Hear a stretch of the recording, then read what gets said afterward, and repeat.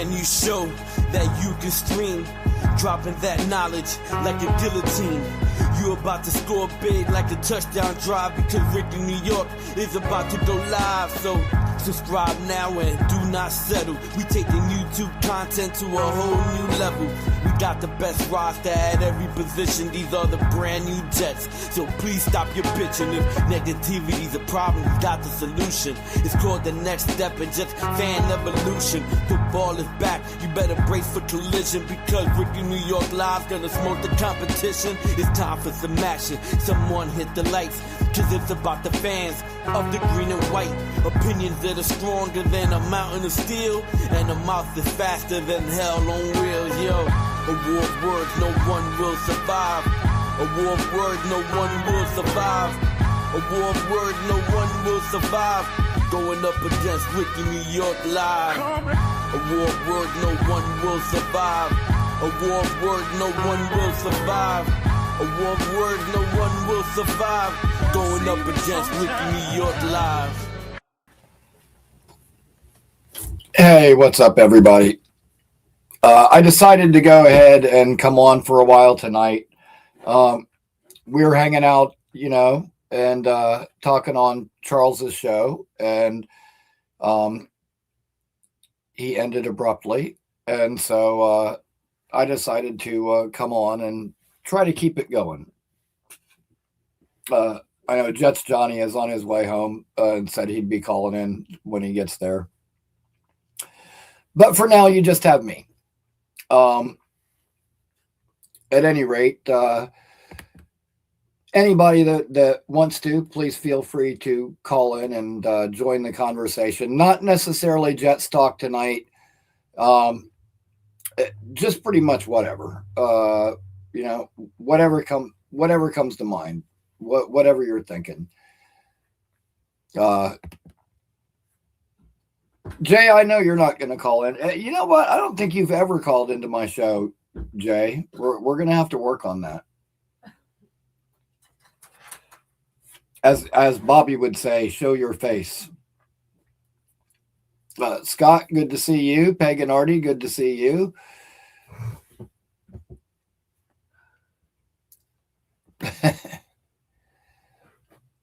Bill M, always good to see you. Bill M, awesome, man. Always the first one here. Definitely appreciate your support, man. And appreciate all you guys. I'm going to say that we do have a lot of... how do I know what? How do I know that you've never called into my show? Because I host the show and you've never been on it. Anyways, yeah, Carl Dunbar is back. I mean, yeah, we got a lot of Jet stuff to talk about, and I am going to get to all that stuff on tomorrow night's show. I promise you that.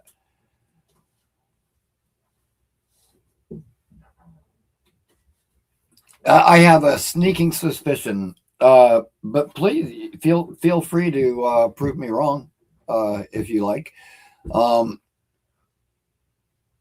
At any rate, I'm a little bit sick right now, unfortunately. Everybody at my house is. My daughter got a cold and she came home and gave it to my wife, who gave it to me, and just like everybody's sick. And so, regardless, I'm kind of struggling through it.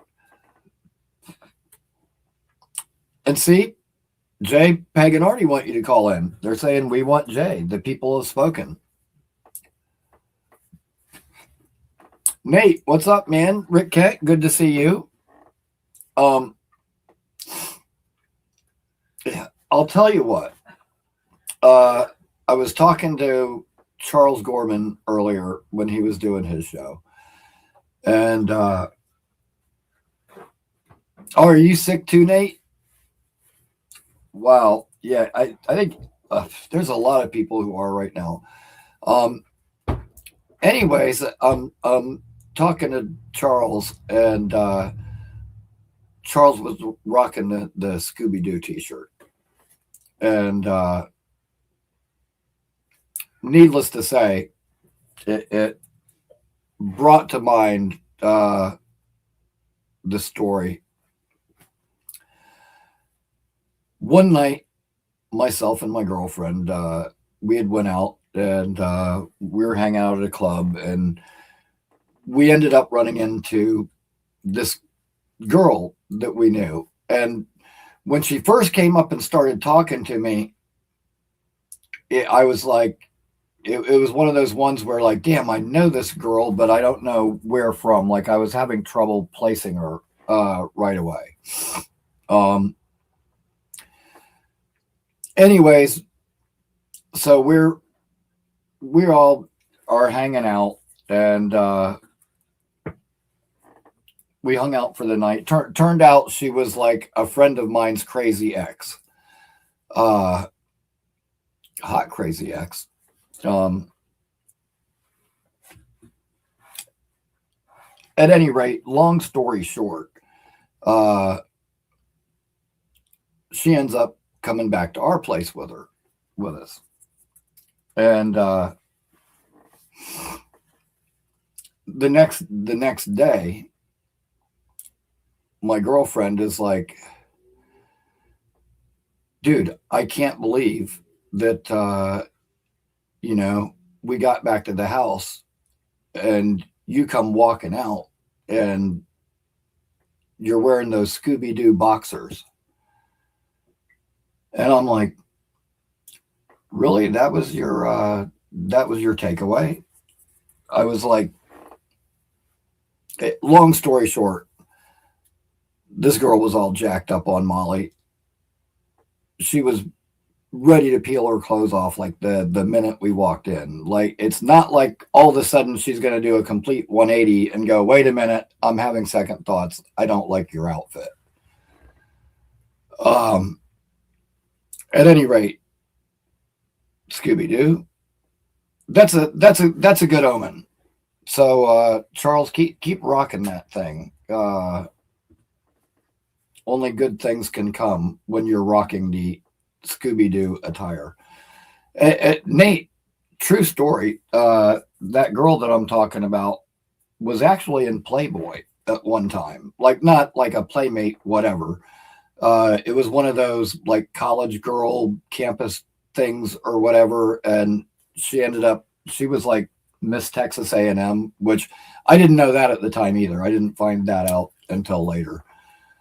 But crazy, dude. This girl was crazy. Like, she's the perfect example of like a girl that's really hot, but as soon as you talk to her, you know why she's single.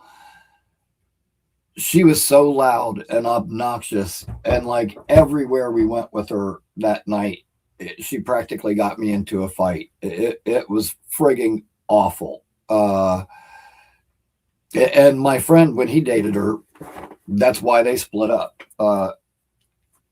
That's another part of that story. Like, after that crazy ass night was over, I passed out. When I wake up and my buddy is there, like, staring down at me. And I'm like, what the fuck are you doing here? And he's like, oh, I came to pick her up. We're going out to breakfast and stuff. Do you guys want to come with us? And I'm like, oh, hell no. And after they left, my girl was like, dude, do you know the reason that she came back into town is because the two of them are trying to get back together? And I'm like, I don't know, just me, but probably not off to a good start. Anyways.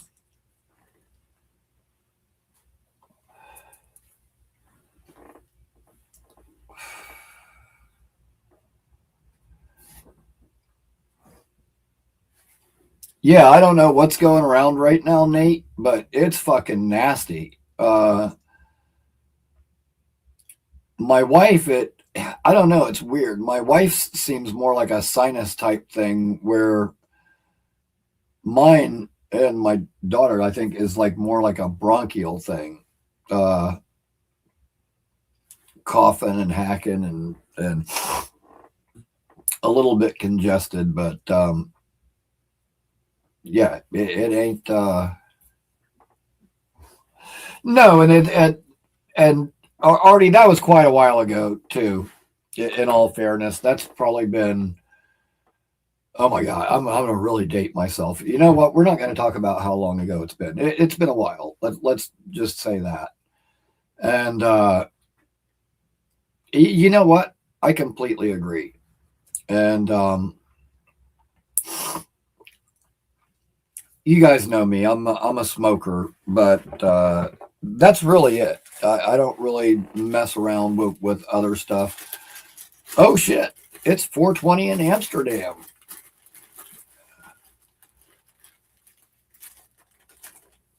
All right. Well,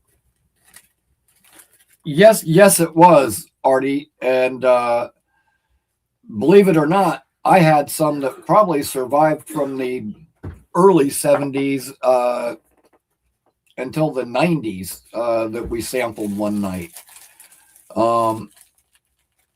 No, Boy Green, none of that. No Adam Gase business for me. Um, but I remember telling somebody one time, like when the whole ecstasy rave thing was big, and it was actually the couple that lived next door to us, and I was like, you know what? It occurred to me last night how really bad that drug is, because I remember you sitting there and saying like, oh, we love you, Benny. We're so glad you're here, blah blah. And dude, you fucking hate him. You can't stand that guy.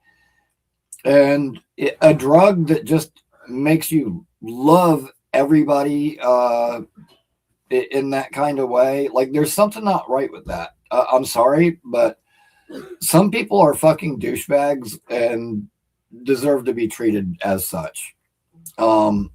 So yeah, I don't know. That whole thing, though, that was just never really my scene. Yes, dude, Brian, good callback there, man. Uh, the Cheech and Chong album with the giant rolling paper. How many people in this chat not only had that album, but attempted to roll a gigantic joint with that paper?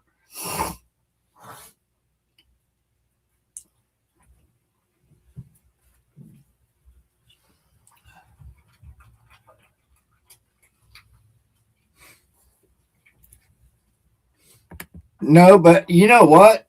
I will tell you right now. I'll tell you right now who the Jets should get as an offensive line coach. Kevin fucking Mawai. Damn it. And you know what? That just reminded me. I still have not uploaded the picture of me and him together to my StreamYard so I can show it to you guys when I met him. But, and this wasn't supposed to be Jets talk, but I'll veer into Jets talk for a few minutes here. Dude, as soon as Aaron Glenn got here, I was hoping he would hire Kevin Mawai. Kevin Mawai has been in coaching ever since he stopped playing. He was on Herm Edwards' staff in Arizona. He's been an offensive line coach ever since he quit playing. This isn't like, Bart Scott, who hasn't coached at all since he left and has been doing nothing but TV, just coming out and saying all of a sudden he wants to be the linebacker coach. What kills me is the number of people that were A, bashing Aaron Glenn, but then B, wanted Jim Leonard, although they had no clue as to what positions he held, how he worked his way through coaching, or anything else. Or conversely, they want Bart Scott to be our linebacker coach, even though he hasn't coached at all. He's been a TV guy. Based purely on the fact that they were former Jets. But the same people tell me I only wanted Aaron Glenn because he was a former Jet, and now look at, they want Jim Leonard and Bart Scott. I was a big fan of Jim Leonard coming here. Now that he went to Buffalo, fuck him. And good. You know what? He inherited an absolutely dismal fucking defense. That's true, Jets Johnny. They do. They want Rex too. That's a good point. But yeah, that's just crazy to me. But if there were a former Jet that I would want to add to this staff, it would be Kevin Mawai. Not only was he the best pulling style center to ever play the game of football, ever, period, hands down. he also had that tenacity and that attitude, which is something I think that our guys have kind of lacked. So I would be a huge supporter of that move were they to make it. Now, I don't know if they will or not. I wish they would. Dude, especially with this offensive line, you know, we've got Tip, we've got Membu, we've got Olu. Those guys are going to be here for a long time. You know, we could bolster the line further in this upcoming draft. So we'll see. We'll see what happens. But a young group like that, man, like I'd love to have Kevin Mawai as a coach.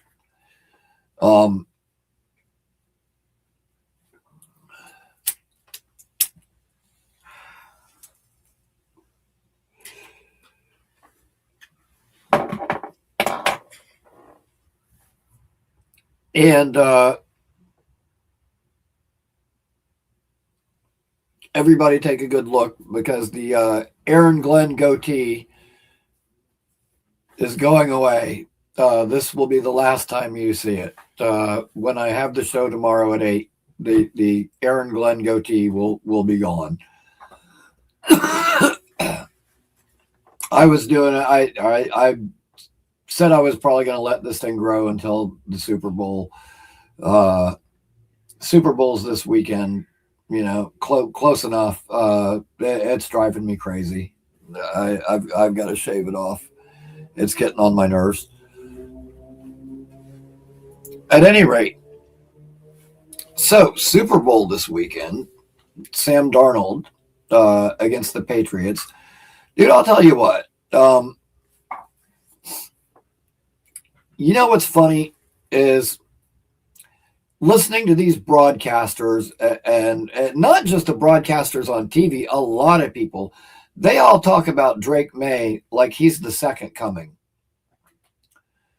What was Drake May's record as a rookie? 4 wins. 1 win more than what the crappy Jets had last year. In that playoff game against Houston, if they had been playing any other quarterback in the league, not named C.J. Stroud, and probably anybody from the Jets roster last year, naturally, they don't win that game. Like Texans defense did enough to win them that game. C.J. Stroud just completely blew that for them. And yes, Rick, in the AFC Championship game, like, dude, they won by 10 or 3 points. They scored 10 points total. Didn't score at all in the second half of that game. Like, dude, he's a pretender. He is a paper champion, and they backed their way into this Super Bowl appearance. And I don't want to hear that, you know, a team has to be good to make it to the Super Bowl. Dude, I remember. Yeah, I'll agree with that, Jets Johnny, but still, he was underwhelming. And dude, I remember once upon a time, the Chargers, with San Diego Chargers, backed their way into a Super Bowl and played the 49ers and got absolutely fucking destroyed. So don't tell me that, you know, only good teams make it to the Super Bowl, that it's impossible to back your way in, because no, it's not.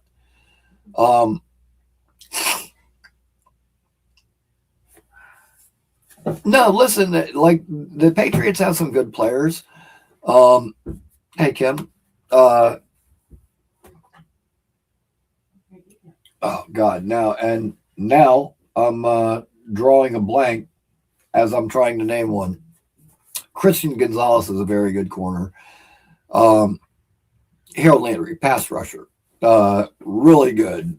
They've got some good players, but uh, all in all, like no, I'm telling you, don't believe the hype. And they played the same lame ass schedule we did. Let's see how they fare next year going up against tougher competition. That's all I say.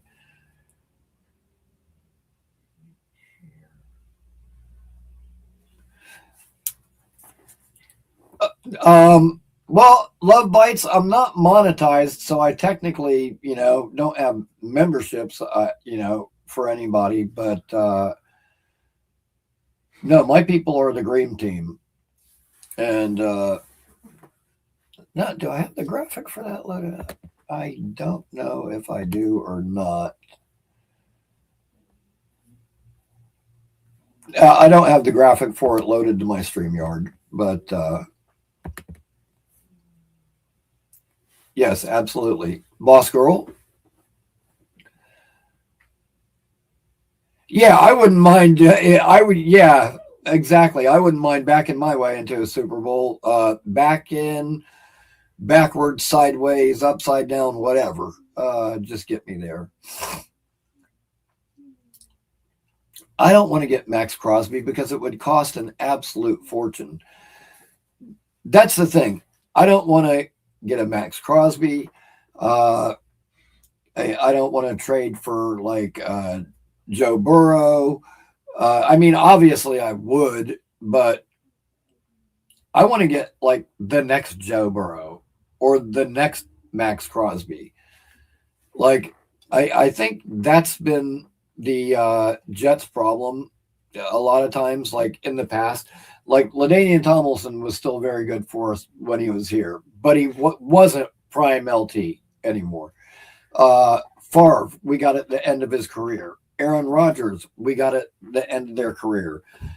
Like, I don't want to sign some big name guys that are at the end of their career that don't have much left in the tank. Like, I want to draft the young kid that's the next big thing that's still got a full tank. So, and with all the draft picks we have this year and next, like, it's entirely possible that we could do that. Um, I'm pretty amped.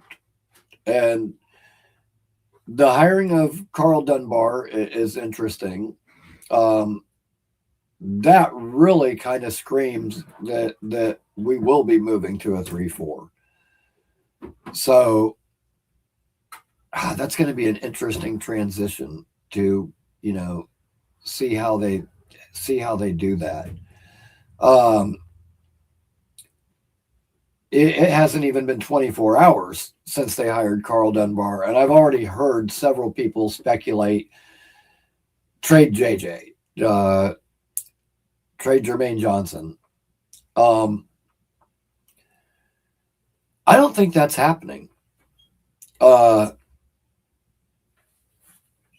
Jermaine, when Aaron Glenn got hired, Jermaine said, when I was coming out in the draft, he was one of my coaches at the Senior Bowl. And the two of them kind of connected there.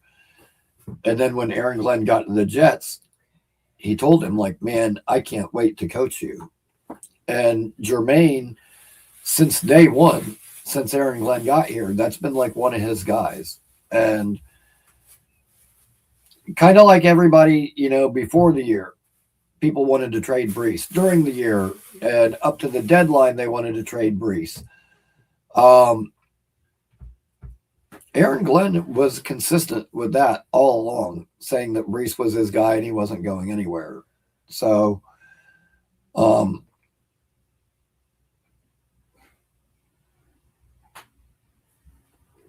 don't know. At any rate, Yeah, there's certain guys that I just don't see getting traded. Jermaine would be one. Obviously, Garrett's no trade. And, dude, I really think that I really think that Brees Hall's going to be back. The only way I don't think he comes back is if somebody else just makes him like an insanely high offer and we just get completely outbid. Other than that, like anything within reason, I think he's back.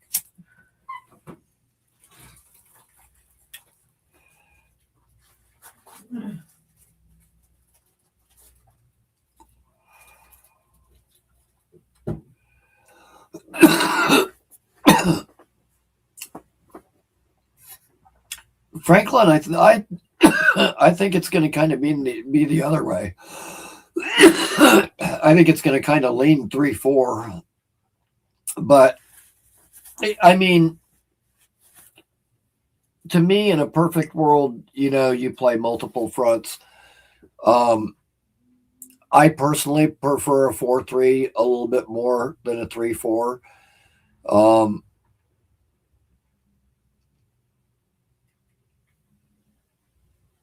I don't know. It'll be interesting. I'm really curious to see what they do.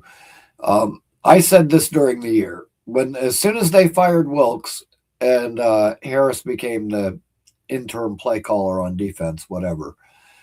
I said, a lot of the problem with this defense is schematic. Like, if the only thing we change is the person calling the plays, but the same bad, boring, predictable plays are being called by a different person, like nothing's going to change. And nothing did. And it got worse. Now, in all fairness, those last few games, the last game we were missing Brees and McDonald too, but even before that, we were missing Azaria Thomas, we were missing Brownlee, so like two of our, top three corners were out, and that's a big part of the reason that the score looked the way that it did in those last few games, those last 3 to 4 games. And honestly, I know that that's bad, getting blown out by that much. Like Jake likes to say, it was historically bad the way that we lost. I mean, but dude, at the end of the day, we were going to tank. We were going to lose those games. And if you go in there knowing that you're going to lose the game, like, does it really matter if you lose by 20 or 50? I mean, a loss is a loss. It all sucks. It was all hard to watch. But remember, 2 of those games at the very end there, the Bills and the Patriots, those are division rivals. They got their boot on our fucking throat. Why would they let up?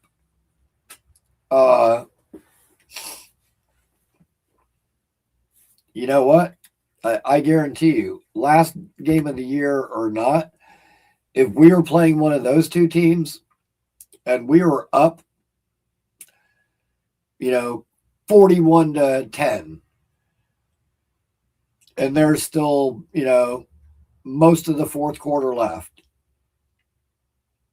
Most of their secondary is injured. They got a bunch of backups out there, and you can pretty much score at will. Anything you fucking throw, any passing play is going to work because they just can't stop it. Dude, you better believe me. I would still be chucking the ball. I don't care how many points I had.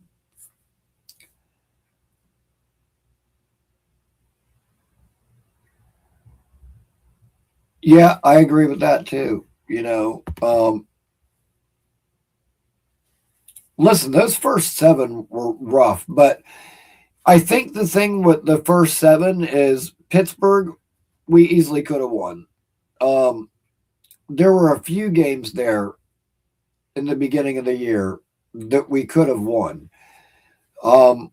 We were at least somewhat competitive in some of those early games. And God, it was like early on,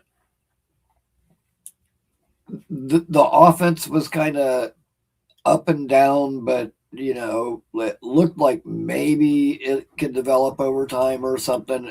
And the defense was awful. Then we had a couple of games where special teams really saved us. Then the defense starts playing better, and the offense completely goes to shit. And then all the idiots that kept typing "let Brady cook" got their wish. And man, the pathetic defense combined with Brady cooking, man, it was just awful. Man, it was awful. I'm just messing with you, Love Bites. But dude, I mean, in all fairness, there's a reason Brady Cook was an undrafted free agent. Like, he wasn't going to be a world beater. I mean, I know that everybody could kind of sit back and hope for that Cinderella story, the 1 in a million long shot gets his chance and he steps up. But dude, that's like a fucking Lifetime movie. That isn't real life, and especially not real life in the life of a Jets fan.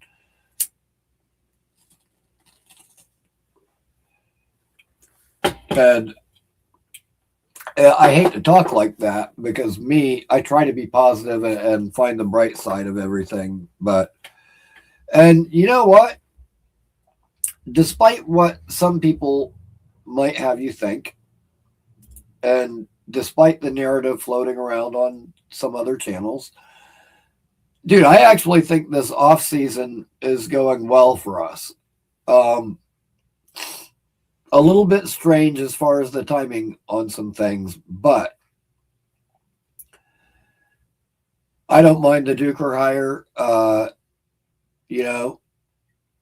He can do a lot of the game planning shit and let Glenn call the plays.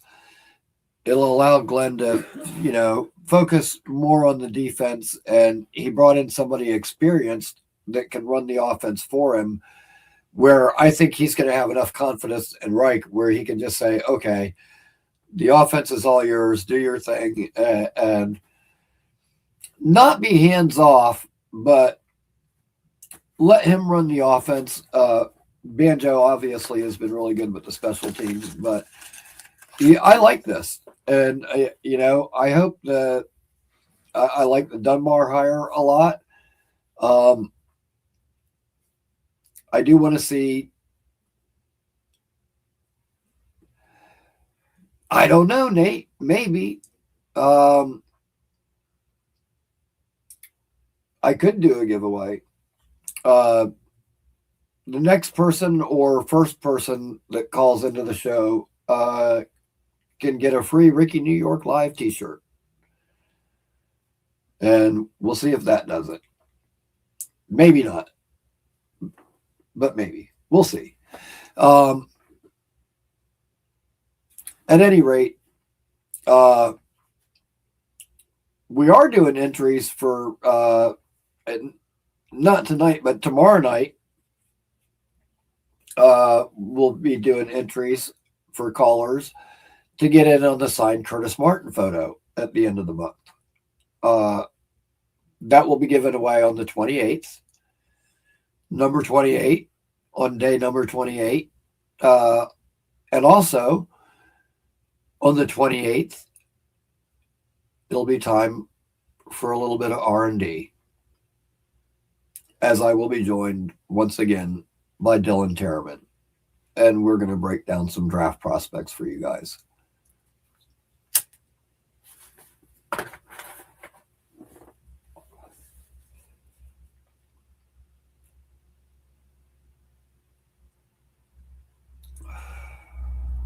Yeah, Jay, you should call in and get yourself a shirt. Nothing adds credibility like when people see you smoking that tiny joint and they go, man, I don't know about this guy. But then they're going to see that Rickie New York Live shirt and they're going to say, oh, you know what? He's all right.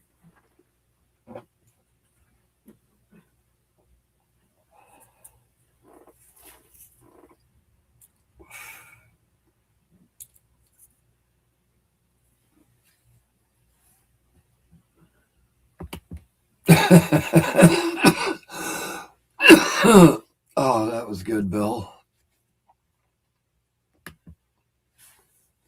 Oh, don't make me laugh. I'm liable to lose one of my lungs right here on the table. I don't want to start coughing. Oh.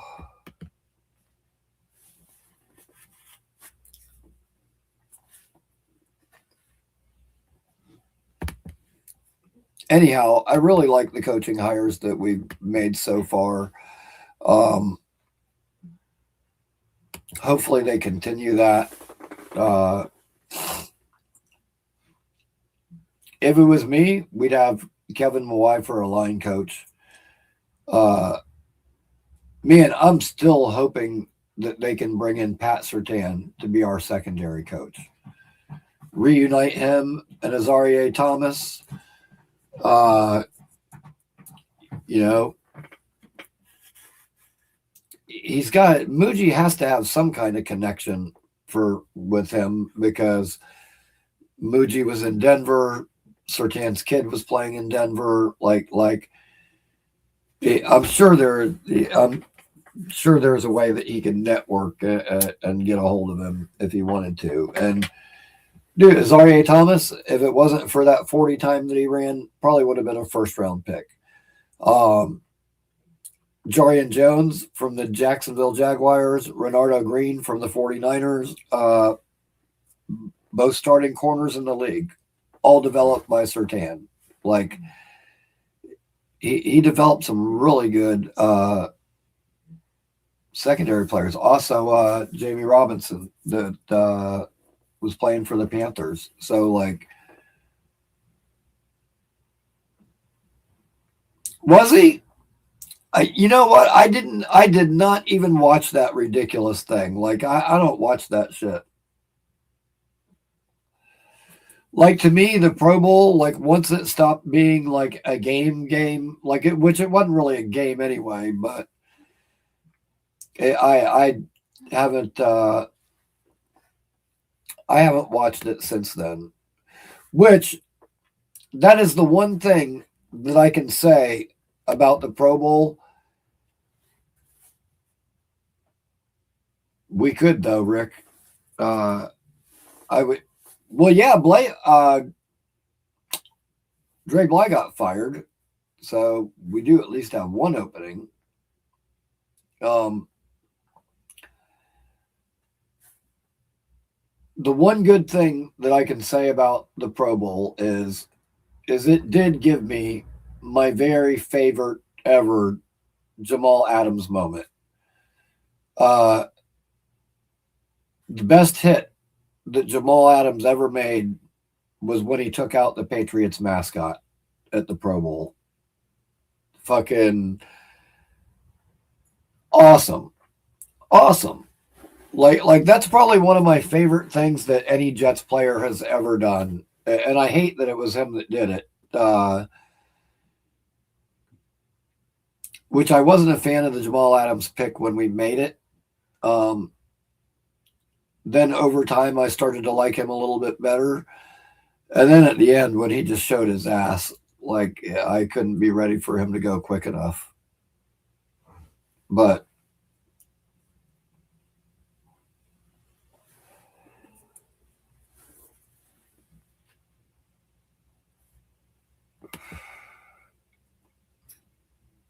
yeah, those two were pathetic last year.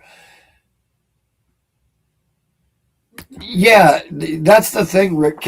Like, the thing that made the Pro Bowl good is, like, I would always wait for the guy like Brian Dawkins or Sean Taylor to, like, forget that they're in the Pro Bowl and they're not really supposed to hit and just fucking light somebody up and do what they were trained to do.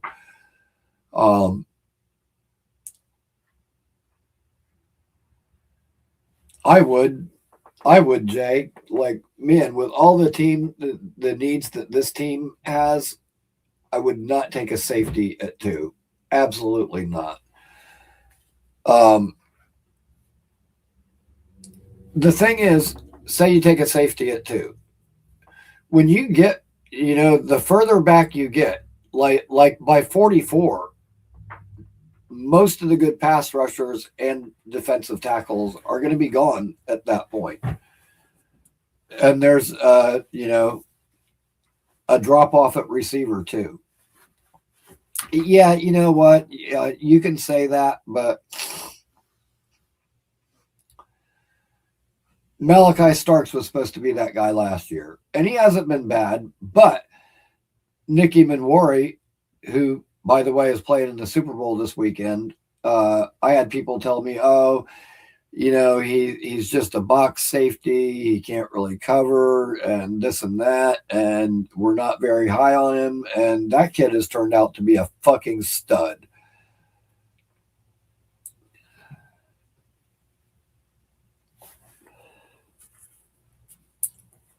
Yeah, I don't know, man. Like, and Kyle Hamilton's been good. Um, but yeah, I'm just not real high. Like, we took Jamal Adams at like what, 5? But then look, the next following year, Derwin James fell all the way to 17. Um, and for what we need, like, you know what? I would be perfectly happy at 33 or 44, whatever, um, to take McNeil Warren from Toledo or Dylan Thieneman from Oregon. Um, if we trade back and we end up with a third rounder or something, I would probably take Kamari Ramsey if he was still there. Like, there's other safeties you can get, but if it was me, like, the Jets absolutely have to address both pass rusher and linebacker early because there is a pretty good drop off. Although this is a deep linebacker class. Now, previously, prior to the Senior Bowl, Jacob Rodriguez, the Texas Tech linebacker, was being viewed as like a late first or late third, early fourth type pick. I would say that he's probably definitely worked his way up, more in this late second to early third conversation now. Josiah Trotter, who's both the son and brother of Jeremiah Trotter, Eagles linebacker, both of them, is also a very good linebacker coming out in this class. So there are some good ones that you don't necessarily have to take at the top. But me, I want a Sonny Styles or Anthony Hill or CJ Allen, like one of those guys. I want one of those top 3 guys, period. And dude, J-Rod is a stud. Fucking J-Rod would be better for this team than A-Rod was. Oh, you know what? I do think I have that graphic.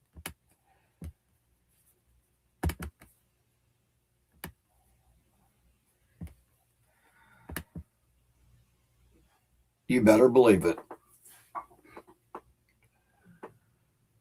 Yeah, I would take him all day long. He had an exceptionally good Senior Bowl performance. First day of practice, first play, he forces a fumble. The last play of practice on day 1, he makes an interception of Baylor quarterback Sawyer Robertson. Dude, the guy was just causing turnovers the whole week at Mobile and was all over the place.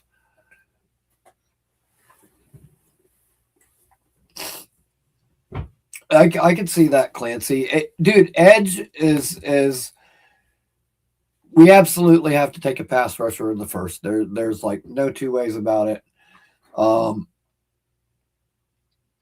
I don't know. I would either go edge and linebacker, and then in the second take a receiver right away, depending on how the receivers are coming off the board, or the other way around.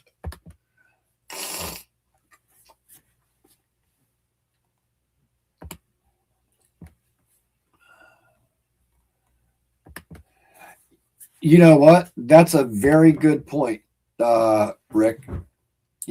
As good as some of those guys looked at the Senior Bowl, that's still not necessarily NFL talent. Now, I know that you think, oh, well, they got a Senior Bowl invite. That means they're probably headed to the league. While that could be true in part, that doesn't necessarily mean that they're going to be a success once they get to the league. There's guys that get drafted every year that don't pan out. And I'll tell you, there was a player that I really, really liked going into the Senior Bowl. And Arkansas cornerback Julian Neal. And watching him, man, the way he would get hands on receivers at the line of scrimmage and could just really get physical with them and throw them off their timing of their routes. I really liked him. I liked how disruptive he was in coverage. And he's a tall, lanky, man corner, like a true press man corner. And I was thinking to myself, like, this guy really fits what Aaron Glenn likes. And ironically, one thing that I wrote down on my notes was like, I'm worried about his lack of long speed, like straight line speed, covering guys on go routes, shit like that. And ironically, at the Senior Bowl, he got exposed for exactly that. And the very first day, Ted Hurst had the crazy one-handed catch that went viral, and that was on Julian Neal. Now, that being said, he was in pretty good coverage in that. But that was just, almost impossible pass to defend. However, there were two other touchdowns that I saw from the weekend that he got beat, and God, that lack of top end speed really, really showed up. And so, he was one of my guys that was like a stock down guy from the Senior Bowl. And like I said, I had been really, really high on him going in. Not as much coming out. Now, conversely, another guy that I really like, another physical with maybe slightly undersized corner, was Devin Neal from NC State. Not at the Senior Bowl, but was at the Shrine Bowl. And, oh shit, were you? Dude, I did not see you, Addison. I'm so sorry, dude. Fucking, it must have been when I scrolled the screen up to look for that graphic. I wasn't seeing it at the bottom. Damn it. My bad. And apparently not fucking paying close enough attention to the chat either. See, I got all carried away talking about these draft prospects and was totally in my head and not paying attention. Apologies. Anyways, I was thinking, you know what? Possibly, who knows, maybe Devin Neal could be like the heir apparent to Brownlee, like that similar type player that is a rookie that we bring in. Obviously a little bit later, but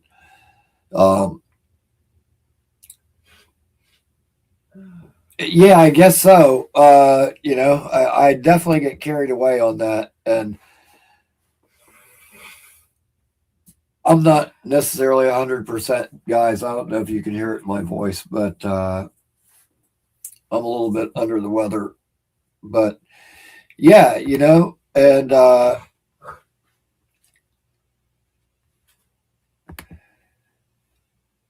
You know what? We're gonna work to make that happen, Swamp Thing. I had talked to him about coming on the show, and we were gonna try to work out a time for that. And then since then, he's had some stuff going on, and so the timing just hasn't really been right. But uh, we will be making that happen at some point. I don't know if that's going to be probably not pre-draft. So we may end up having to wait for like training camp or something before that ends up happening. But I've got a draft guy that I'm talking to that I might be having come on the show. I don't want to say anything until I know for sure. But also Dylan Terman, like I said, is going to be back on the 28th of this month on a Saturday. And additionally, Boy Green's going to be coming back on the show sometime. I've still got to reach out to him and lock down a time. So, this month alone, I should have at least one draft expert and another draft expert in Dylan Terman and Boy Green all coming back on the show. So that's how our February looks so far. But yeah, man, like, I would definitely like to do that, Swamp, and as well as other people too. Anybody that's like a draft nerd like me that really gets into breaking down the prospects, I would love to have on the show. So, eventually maybe I could get Dom to come on. I don't know. I haven't even asked him. But I wouldn't mind having him come on. Joe Blewett, I've talked to. Possibly that could be coming up in the future. And I've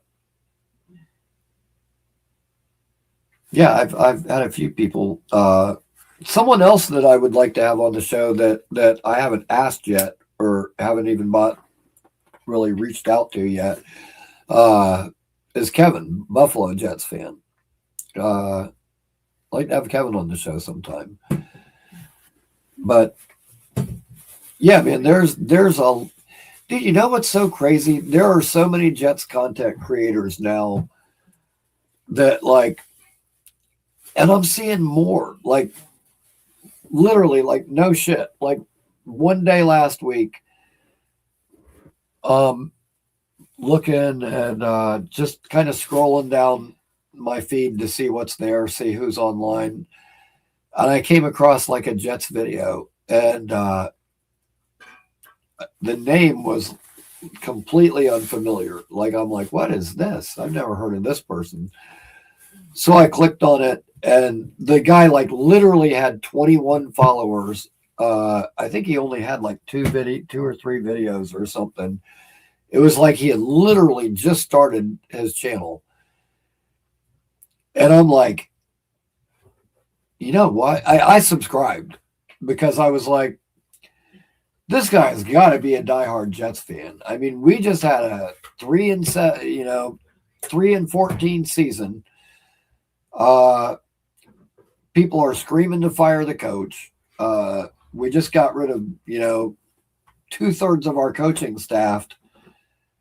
And this guy's going to start a channel now. I don't know. That's dedication, if nothing else. But yeah, it's so crazy, man. There are so many content creators and Jets ones, and just more and more popping up each day. There's probably 20 that I see on my feed consistently all the time. And hey, I've been thinking about this a lot lately, actually. In the wake of the whole Aaron Glenn drama. And it's no secret that, me and certain other content creators are on very opposite sides of the same coin when it comes to Aaron Glenn. But that being said, like I really started thinking about it, and I'm like, you know what? The people that seem to despise Glenn the most and stuff like are people that are a little bit younger. And, you know, I'm thinking, why would they be big fans of Aaron Glenn? They were probably 6 or 7, you know, when he was playing. And maybe they don't get what a good player for us he actually was, you know, back then.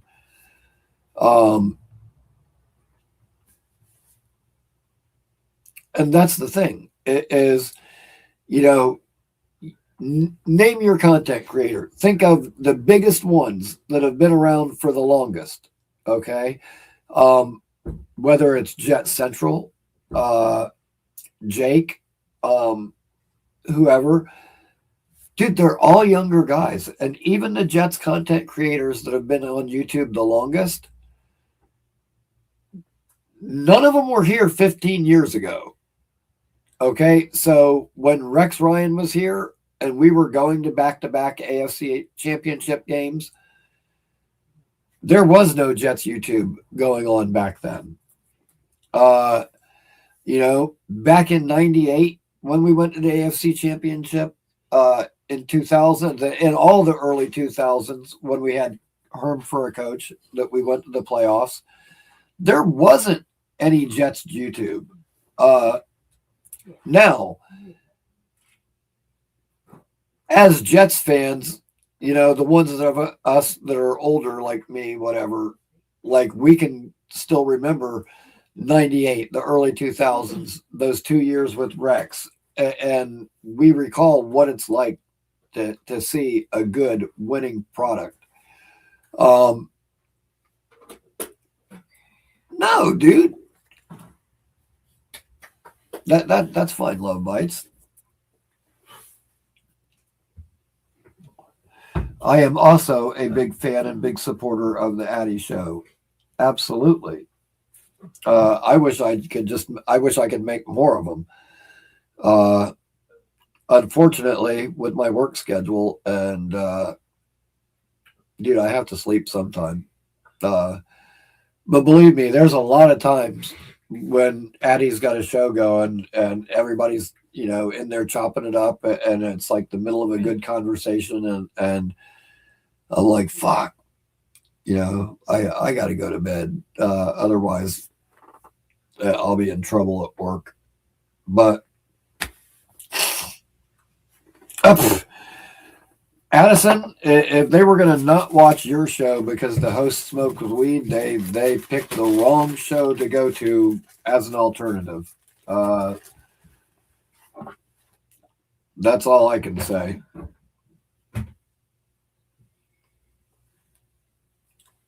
There is no escaping it. There is no escaping the host that smokes weed.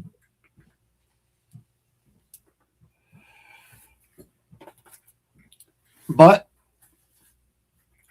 this is prescribed, so you know, doctor's orders. Who am I to question my doctor's advice? Is it still advice if you ask them for it when you go there? I don't know.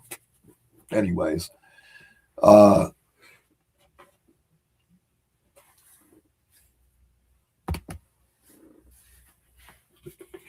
yeah, you know what's funny is every time I do a hangout show that I say isn't necessarily going to be Jets talk, it always ends up being Jets talk anyway.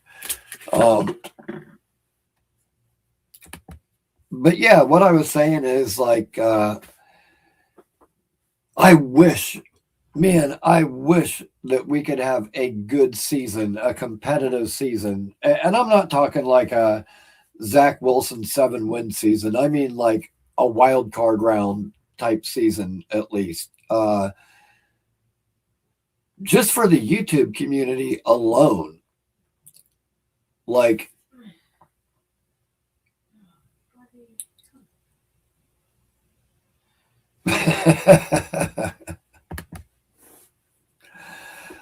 that's probably it for me too. Technically, it's for anxiety and also chronic insomnia. I have a lot of trouble going to sleep, but not when I smoke. I smoke and I go right to sleep a lot of times.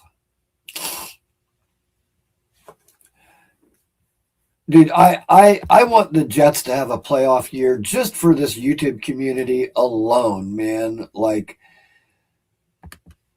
and you know what? I have to take that into consideration. You know, all the other shows that hate on Glenn and so I get it. They're frustrated. I'm also frustrated. Like, I became a Jets fan that year. We went to the AFC Championship game, and we were in the playoffs all the time, it seemed like. And then we had a couple of years where we didn't make it, and then Rex came, and like, I don't know, but that's the thing is I've seen us go from bad to good a few times in my fandom, and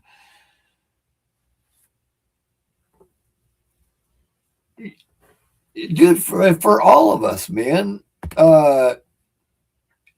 that's one thing that blows my mind too, is like Connor Young. Like, he's got to have like a dad or something that's a Jets fan. That's why he became a Jets fan. Like, it just blows my mind that we have 14-year-old fans and we haven't been to the playoff in 15 years. Like, that's fucking nuts, man. Like,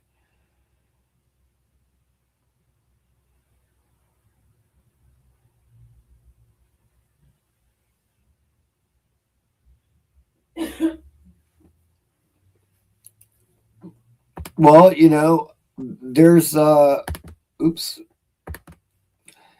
there's reason to be skeptical, Scott, and I'm not going to tell anybody not to be.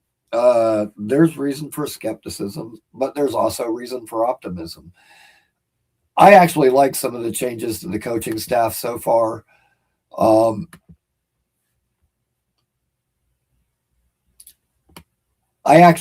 me think how to word this.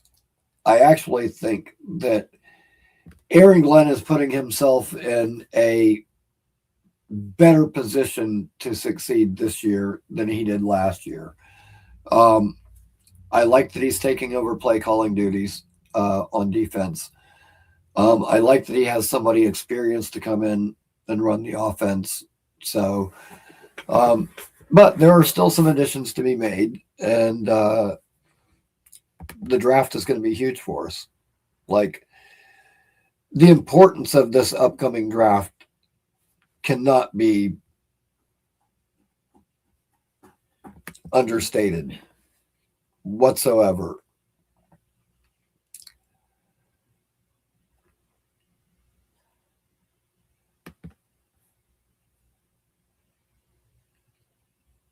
Boy, I'll tell you what, I picked a heck of a time to do a live stream. I am not feeling good, and multitasking is taking quite a bit at the moment.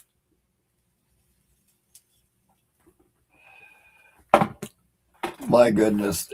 Yeah. Now, hopefully, the one thing that could sabotage us is if Woody Johnson starts paying attention to the outside noise and it ends up like faltering his confidence in Glenn. So,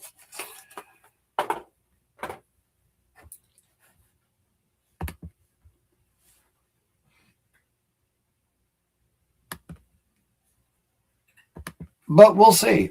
I mean, at the end of the day, the only thing that matters is wins and losses. Winning can cure anything. Dude, I guarantee you, fucking say we have a monster fucking draft. We end up bringing in a quarterback who's at least serviceable, whether it be through the draft, free agency, whatever. And we go on like a small mini run at some point of the year. Say we wind up, 8 or 9 wins. and backing our way into a wild card spot or something. Even fucking Jake Asman would be liking it. Actually, he wouldn't. He would probably say that the players performed well and the coordinators did good and they won in spite of Glenn. But whatever. At least he would be happy. Um, because at the end of the day, that's all we want. We all just want this team to win and be good. What's up, homie? Not much, not much. Called in to say what's good, man. It's a hangout, so drinking a little Corona. Came to Good see what's deal. up. And this other guy, uh, I think his name's Johnny Boy. He asked me to ask you about Carson Beck. He's a real big fan. He really likes him, and he thinks we should take him at 2.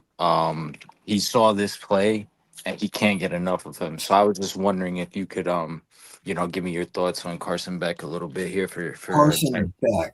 Carson Beck. That name sounds familiar. Beck. Carson Beck. Oh, that's that guy that sings that song. I'm a loser, baby. Right?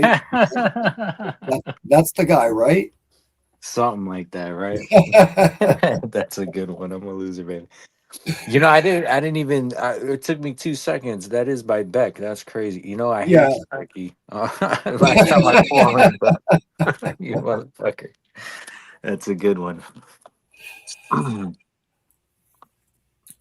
Kevin, I'm always on one, man. Did you Yeah, know what? The funniest shit is always just weird shit off the top of your head like that isn't planned. facts, facts. Yeah, when you think of them on the spot, it's always the best. Always. Always. My goodness, man. Fucking What's that? oh, I don't know why. I'm just thinking back and some of the things that have happened, like my journey that led me to this point where I am right now.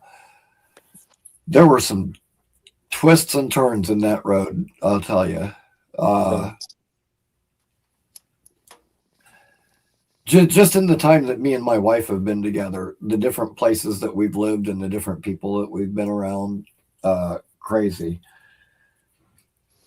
Crazy. We used to have a couple that lived next door to us. Like at first when we moved in, like they talked us into moving into this place, and you know what? Thinking back now, like I bet they got some kind of kickback, for helping the guy rent one of his other units. But whatever, they talked us in. We moved in next to him, and at first we like never saw them. Like, damn, they couldn't wait to get us to move in next to them, and then they never call, they never come over. Like, we don't see these people. What the fuck? Uh, but in the long run, we actually did end up hanging out with them all the time, and I mean, it's Florida, so we would have Yeah, big bonfires in the backyard, and everybody would hang out and drink. And hell yeah.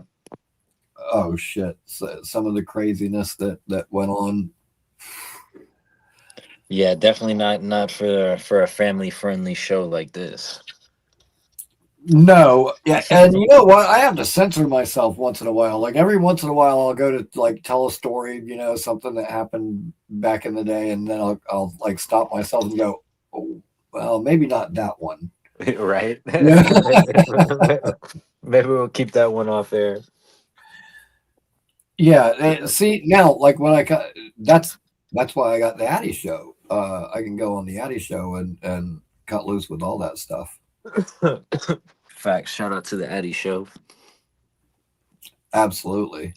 Yeah, there's this guy who sometimes he calls into the Addy Show, but he mostly just types. And I saw him in here earlier. This guy Jay, he never calls in, and he won't call in tonight.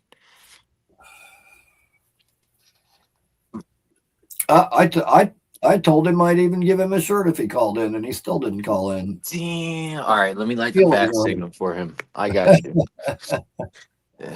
Jay has to call in now. It's like how Beastbreaker has a contract with the Jake Asman show. Jay's got a contract with Mac and Cheese. He's got to call in when it's on the screen.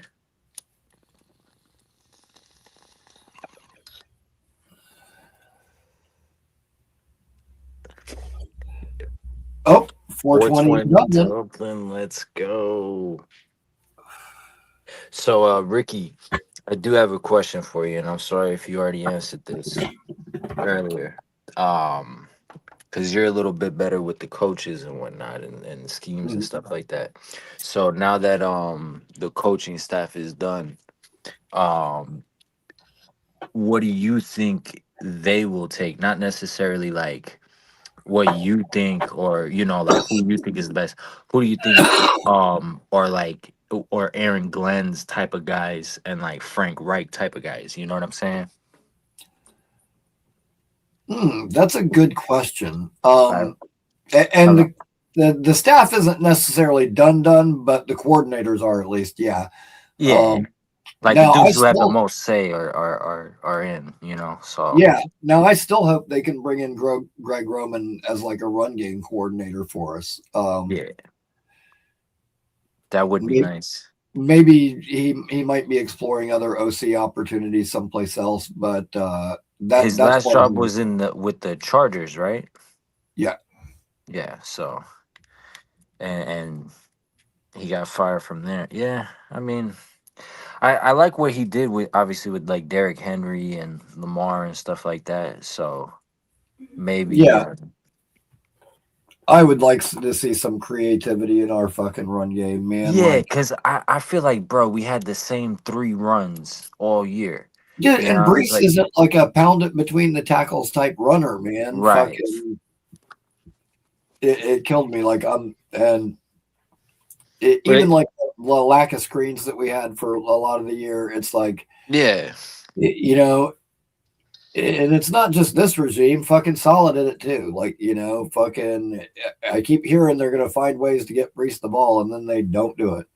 right. He's always lined up in the backfield, 12 yards deep, or like out wide as a fucking wide receiver. And it's like, why can't he be in the slot? Why can't I've never seen him like fake a end around, fake a revert, nothing like that. It's like No, you got Brees and Hall, who's lightning in space. Can make a million guys miss, and we don't put him in space. I don't get it. and the other thing is like I don't know why running backs that are good I pass told you, catchers like Clancy. that, like I don't see why they don't like fucking practice routes with the receivers. Like even if they can't run a full route tree, just get two or Right. three fucking good ones that you got down and be able to fucking run a route so we can fucking split you out. Fucking like I don't know. Yeah, it would be nice. Give him some versatility and stuff like that. I mean, I don't know. I just want them to put the ball in his hands. You know what I mean? Because I feel like a lot of people were down on him before this year, and then he had 1,000 yards. And I think people are back on board. With Brees Hall and stuff like that. So, but I've always thought he was electric.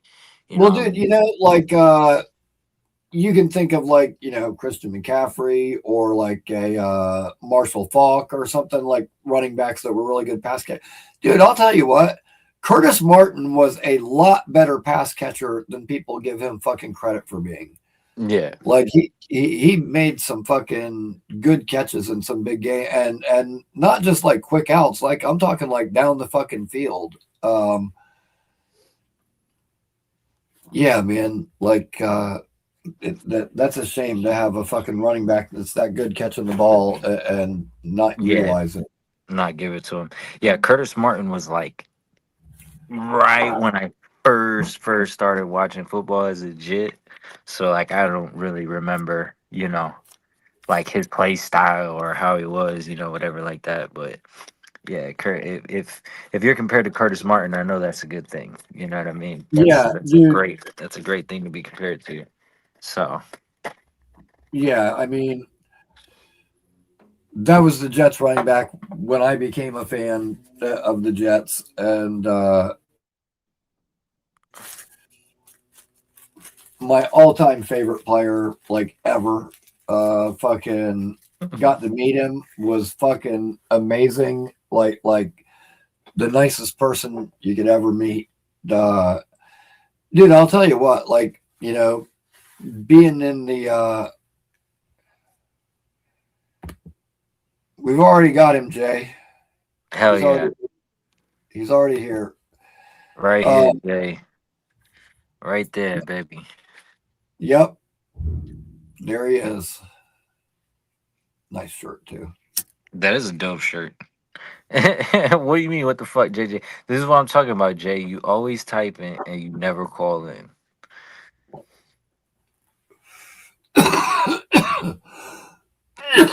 Oh, but yeah, being in the music industry, there's been a lot of people that I wanted to meet, and then when I eventually ended up meeting them, it was kind of a letdown for one reason or another. Some people are just assholes. A lot of famous people are fucking assholes, Yeah, like but they also fucking. kind of have to be, right? Like you think about it, you kind of have to be. Um, If like some random walks up to you, yeah, I mean, I you know, guess thinking it's like John Lennon and shit like that. You know what I'm saying? Like there's these crazy fucking fans out there, you know, that'll right. do stupid Michael shit. So. Irvin was kind of a douchebag when I met him. Uh, Mm. You know who was the nicest fucking guy and had like the hottest fucking chick on his arm? Chris Carter. Like he was fucking Mama, like go in the Hall of Fame. That Chris yeah, Carter. yeah. Am I stoned? Um the he's a football player, tight end, Minnesota Vikings. Am I getting his name completely fucked up and wrong? Who is that? Hall of Fame tight end for Minnesota Vikings. Hall of Fame tight end for the Vikings. Fucking he did like commentary and shit for either Fox or something like that. Somebody's gonna put it in the chat. I'm pretty sure his name is Chris Carter. Let me look him up real quick. Chris Carter And was a Hall of Fame wide receiver for the Vikings. okay, yeah. Then that's what I'm thinking about. That's what I'm thinking about. Yeah, Yeah. like you So when you said tight end, you threw me off. I was like, wait a minute. yeah, I'm retarded. I'm high as shit. But he came in, he sat down, bro. He was the coolest fucking guy in the fucking world, man. And Really? I couldn't believe it. Because when I saw him walk in, you know, like it's hard to not notice him just because he's such a big guy, you know what I mean? And then also the chick that he had with him, it was like, holy shit. You know, and then he came down, sat down, and I'm thinking to myself, I'm like, holy shit, this is fucking Chris Carter. Like, goddamn, you know? Like, but you gotta be professional and shit like that, you know, whatever. But he was super nice, man, the whole time. Like, yes, sir, yes, man, like all this shit to us, you know what I mean? So it was nice, bro. He was real cool. Didn't tip well though. Fucking asshole. Right. Had like a $80 bill at the bar that he ran up in like 2 seconds for like a couple drinks and an appetizer, and then he left us $7. It was like, bro. Wow. Yeah. Yeah, there's been several people that I've met over the years. Al Harris, who at the time played for the Eagles, but then played for the Packers for a long time. Now he's was in Chicago. He was one of the people I hoped we'd enter for our DC job interview, but we did not. Anyways, What do you think about that? I haven't heard your take on that. This guy who Aaron Glenn hired. you know what? I'm okay with it. They crossed paths in both Cleveland and Detroit, so they worked together before. It's obviously somebody that Glenn has confidence in, and Right. that's not to say like it's the same thing as like Wilkes. He I guess had confidence in them. I think that he hired Wilkes because Wilkes had been a former head coach, and he could lean on him for questions with that. Yeah. And I think that weighed heavily into his decision, and that was a mistake. I think he learned from that mistake, though. And dude, like that's something that Aaron Glenn said early on in the season. Like mistakes are going to happen. We just have to make sure we don't make the same mistakes Right. You twice. don't repeat them. And I think he'll apply that philosophy to how he's hiring now too. And dude, like I said on BG show the other day, Aaron Glenn might be pulling the trigger, but the sniper's only as good as his spotter. So Yeah. fucking having a supporting cast that you can rely on, like, yeah, I'm okay with it. I also like the fact that the guy, had multiple different job titles and kind of worked his way up. And I like that. I like, the guys that pay their dues. That's why I like Aaron Glenn. Right. That's why I like Jim Leonard when we were considering him. I'm all about people that pay their dues and work their way up. Why do you think he chose the Bills?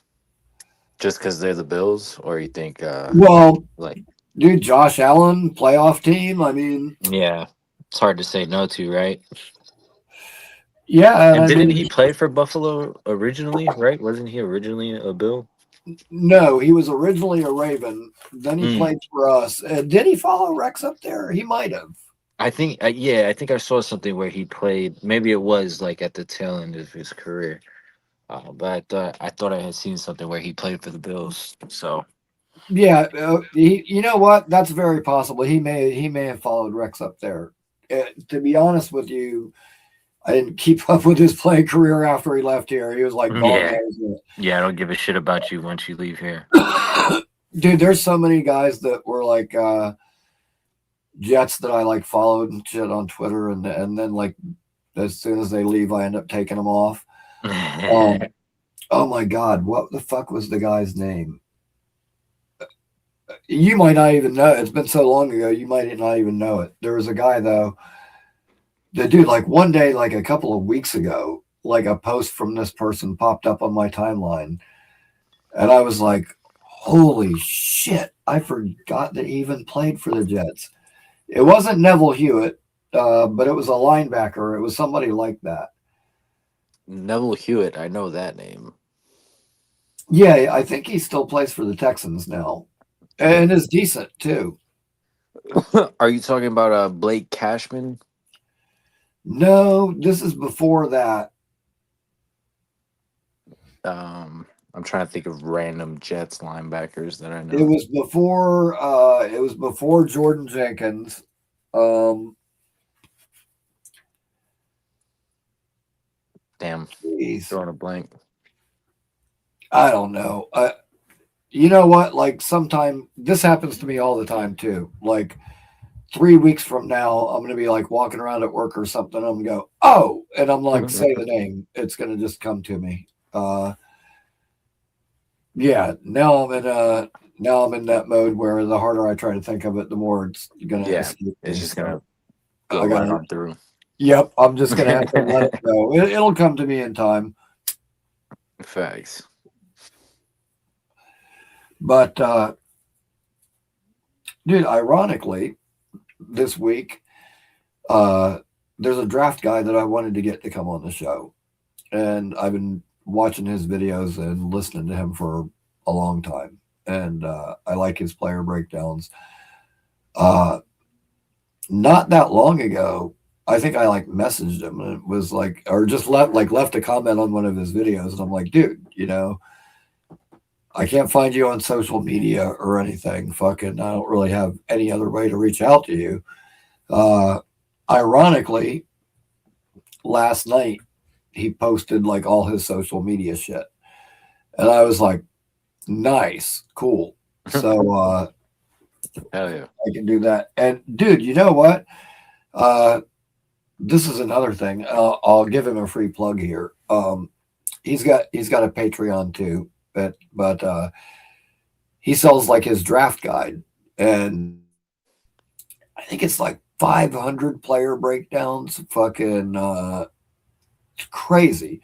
Fucking I don't know 15 how people bucks. do that. 15 bucks. That's a fucking deal. That's a steal. Hell yeah. So Then you can be smarter than every other asmaniac. Go out there yeah, and well, I mean, drop knowledge. Or at least pretend like you know what you're doing. facts. Yeah, when they started bringing up those random fucking names, I'm like, Neville Hewitt, a giant now. That's what Frank. Okay, yeah, he was with the Texans for a while, and was that last year when Leonard Williams fucking had the return touchdown against us? Remember that? Yeah, yeah. How could you not? Okay, well, In the Texans game, we got picked off by former Jets linebacker Neville Hewitt, and he fucking ran all the way and fucking scored a touchdown, but there was a penalty and it got called back. So that would have been two former Jets that scored fucking long pick sixes on us that year, if not for that penalty. And dude, as soon as I saw it, I was like, not him. Yeah. Like, don't have it be one of our former guys, and it fucking was. Of course. And right when he scored, I was like, oh man, and they're like, and there's a flag on the field, and I'm like, oh. And I thought for sure it would be against us, but it wasn't. So yeah, he got Michael Carter. Yep, he did. I was there for that game. I went there with my cousin that day. You know what? It's funny that you say that, because I was going to say that the guy that I was talking about earlier, the corner that got burned a couple of times at the Senior Bowl, like, he's a good corner, but he doesn't have real good long speed. Like, fucking burner fucking wide receivers running a go route, like, he's not going to keep up with them. And like, he got DJ Reeded. Fucking dude, you notice like DJ Reed was so good for us, but then I can't remember. Oh, it was Tank Dell, I think, from the Texans. Burned him up. And then after that, Alex Pierce, fucking every other fucking team that had a fucking fast wide receiver like that. Yeah, just burned him. Like, once they figured out what his kryptonite was, that was it. It was fucking over with. I mean, that's what smart coaches do, right? Yeah, absolutely. And you notice he ain't been making no headlines since he left the Jets. Nope. Neither is Sauce.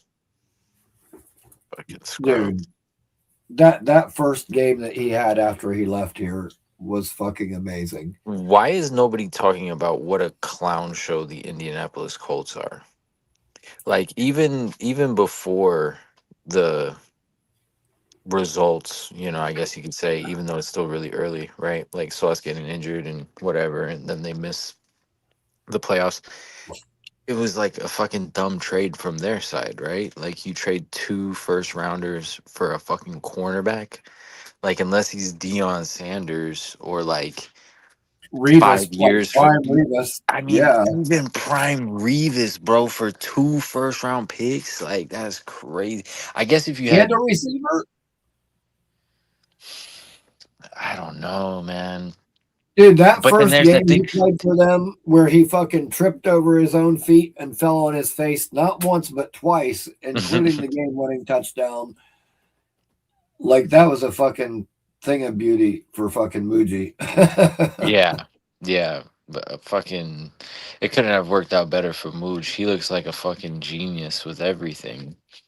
Like, yeah, he looks really good right now. Fuck, I forget what I was gonna say. I had something. I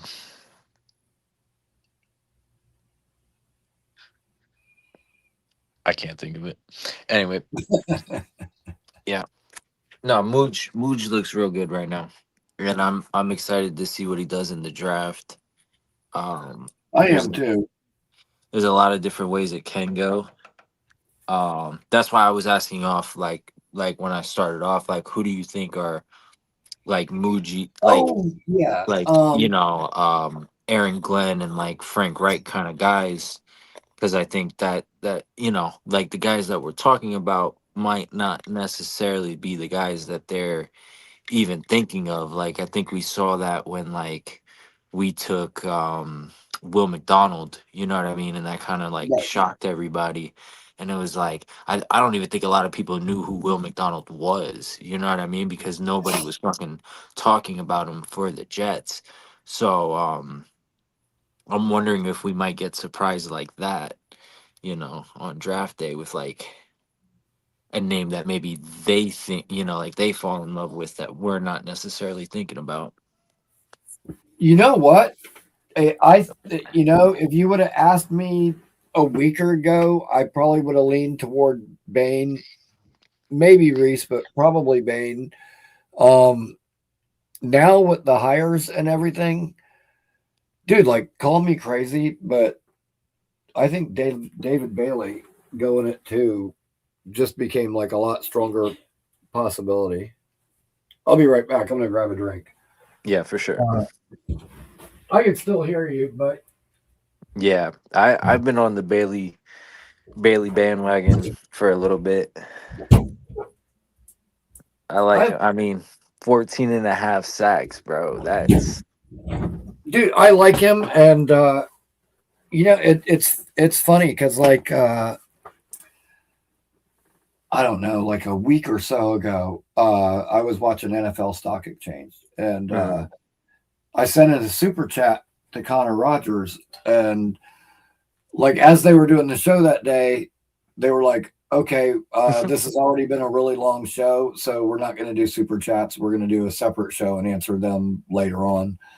And so I never got to hear the answer. Well, yesterday morning when I got home from work, I saw the video where they were answering the questions, and I'm like, oh, Mm. okay, cool. So I turned it on, and it was Trevor Sikkema by himself. And so, like, when the question popped up for Connor, he was like, oh, there it is. Like, I was waiting for that to happen. But he answered the question anyway. And I said, what would you think if the Jets took the blueprint that the Rams had drafting Jared Verse and Braden Fisk together, of keeping teammates together, and they ended up taking David Bailey and Lee Hunter and keeping those 2 teammates together? And he was like, yeah, he was like, that's interesting. And he was like, you know what, it worked for the Rams. He was like, I would sign off on that strategy. And I'm like, okay, cool. Well, it's always nice when like you can like message someone or super chat or however interact with somebody like that like knows the draft and knows what the fuck they're talking about, Right. and they tell you that they either agree with your opinion or that's a sound strategy to have or something. It's always nice to hear from somebody that knows what the fuck they're talking about. Yeah. Validate your point.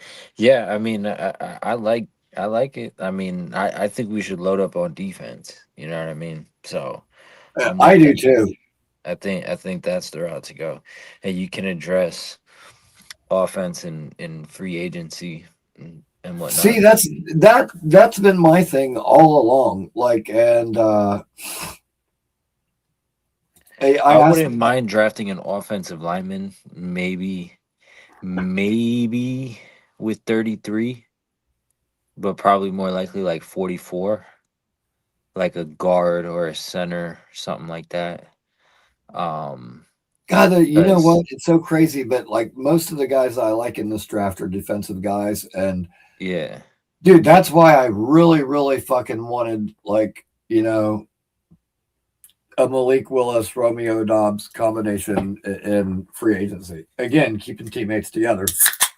But dude, if we could get like, I mean, even if we didn't get Willis, if we just got Dobbs in free agency, and yeah, Dobbs would be nice. I asked Buffalo Jet that earlier, and he was like, you know what? Dobbs is probably going to be the best, name free agent that actually makes it to the market, because Alex Pierce will probably end up getting re-signed. Yeah, Um, but he was like, honestly, he's exactly what we need. A good, solid number 2 wide receiver that just makes plays. He's young. Uh, I mean, he really would be a really good compliment to Garrett. And unlike A.D. Mitchell, who showed some signs, like we already know what Romeo Dobbs is. Dude, he's fucking good. yeah, Like anytime that I watch the Packers game, I see that kid making fucking catches. yeah. He's always and the long ball too. He's always stretching The the field. So Yes, the yeah, I'm other thing about I that. like is his awareness on the field. When it's a fucking, you know, 3rd and fucking long, like he runs that comeback, but he's always past the sticks, Right, similar to Cortland Sutton. right. That's one thing I liked about his game. I was like, damn, every fucking catch is like a fucking first down. and I hate that. I don't know if it's our receivers, the way they're running the routes, or the way the plays are called, but so many times it's like 3rd and 8, and they run like a 6-yard route, and then Yeah, what? You're going to ask him to make 3 or 4 guys miss? Like yeah, no, we throw it past the sticks. Like it's right. not that fucking hard to figure That's out. on the wide receiver, bro. Like you got to know where your marks are. You know what I mean? Like you got to know where you got to get to. So like you have to know where the first down is. And like every coach tells you that. You know what I mean? Like I know they're like, yo, get to the sticks. You know what I mean? And like, so there's no like that's on the players, bro. Just being not having that elite, Yeah, awareness, and that's, yeah, yeah, that's a underrated like trait. Like that's what I love about Garrett Wilson is like his body control, the awareness. Like he's always like, fighting for the sticks, like know where they are. Like, it's just like you could tell like when dudes have it and when dudes don't. You know what I mean? oh Like yeah, big yeah, time, and it's that's very what that. obvious. Yeah, that's what I like about him is he seems to fucking have that. So Yeah, and I like that that wide dude, and receiver unit, like Garrett Wilson, Romeo Dobbs, A.D. Mitchell, John Mechie, like that's solid, bro. And then you can still add, you know, yeah, and you can still add another guy later, right? whether it's like a Malachi Fields or or dude, like even a fucking Deion Burks, kid from Oklahoma. Like watching him in the playoffs, the way that he fucking worked the sideline, that Yeah, leaning out fucking catch with the feet in bounds, like dude, that shit was nice. And earlier today, earlier that day, somebody I typed in like the chat, Omar Cooper, man. Omar Cooper when is will we find our nasty. next Wayne Corbett? And then I was watching him make those sideline catches, and I was like, oh, maybe there he is. Who knows? Yeah, nah, it'd be nice. It'd be nice because you have a strong wide receiver core, and then you got Brees Hall. You don't really have to draft a running back unless they move on from Brees Hall. Then that changes a lot of shit. Because then you kind of have to take a running back.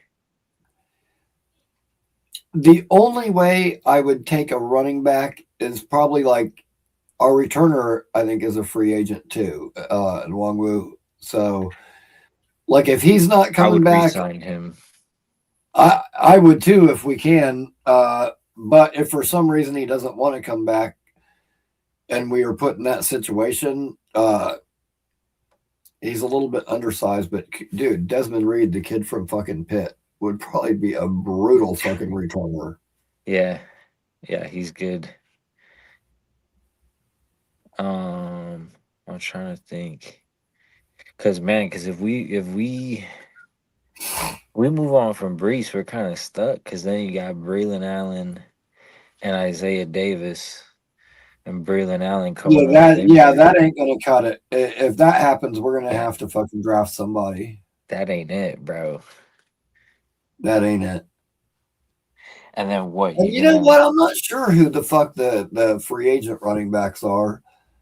I know I like scanned over it, but I don't think there was much that really stood out to me. Nah, there's never much, right? Like it's always just names, right? It's like, oh, Ezekiel Elliott's on free agency, but it's like Like they Aaron fucking Jones, who's with the freaking Vikings now, that yeah. wasn't the same as he was with the Packers. No. And once a running back loses it, that's it, bro. Like they just fall off a fucking cliff.